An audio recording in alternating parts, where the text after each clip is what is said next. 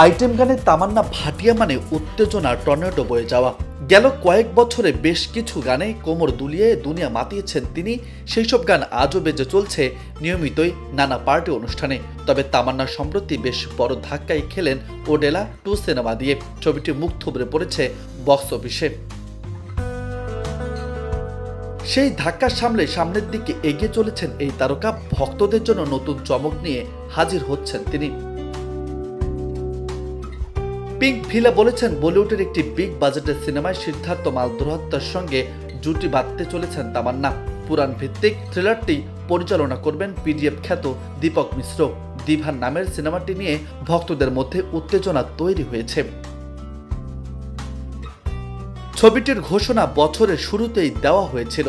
সবশেষ জানা গেল এই ছবির মুখ্য নারী চরিত্র হিসেবে চূড়ান্ত হয়েছেন তামান্না ভাটিয়া। তামান্না ভাটিয়া ও সিদ্ধার্থ মালহোত্রার প্রথম জুটি হওয়া সিনেমাটি মুক্তি পাবে আগামী বছরে। এর শুটিং শুরু হবে জুন থেকে।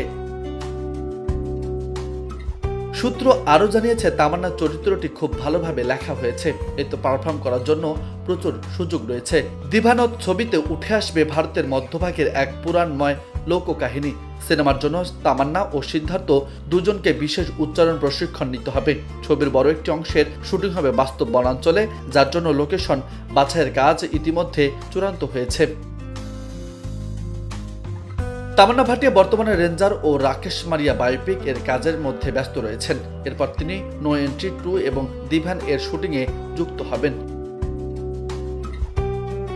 এদিকে বর্তমানে সিদ্ধার্থ মালহোত্রার দীনেশ বিজন প্রযোজিত পরম সুন্দরী ছবির শেষ পর্যায়ে কাজ করছেন। এরপর তিনি দিভান এবং রাজ শান্ডেল্লর পরবর্তীতে অভিনয় করবেন। পাশাপাশি সাইফ আলী খানের সঙ্গে রেস 3 ও করণ জোহরের প্রযোজনায় শারণ শর্মা ছবিতে কাজের কথা রয়েছে।